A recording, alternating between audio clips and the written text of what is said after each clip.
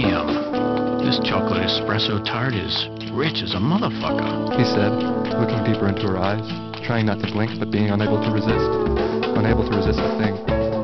She put her arms around his neck and shouted softly into his ear. You've got a wiggity, whack way with words. Nothing more to it, really.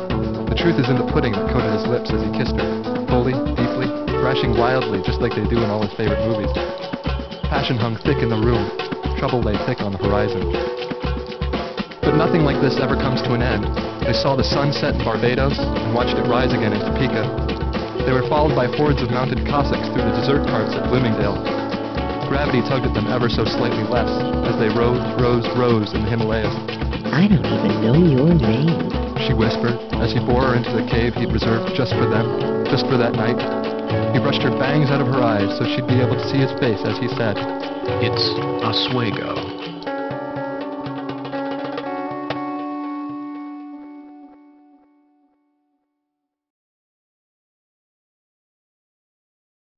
Shit, I seem to have misplaced my retainer, he said, groping at her posterior in order to maintain his balance. This most certainly will not do. Whereas had I simply used the seal-a-meal back in the ranger station, we could have avoided the situation entirely.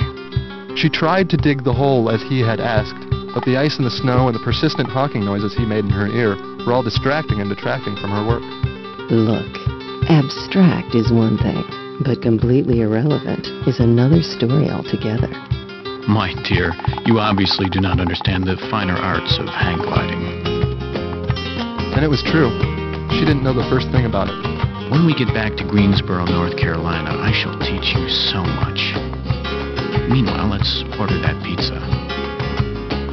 30 minutes later, they were well fed and satisfied, sitting on top of the world. Look, Ma, no hands.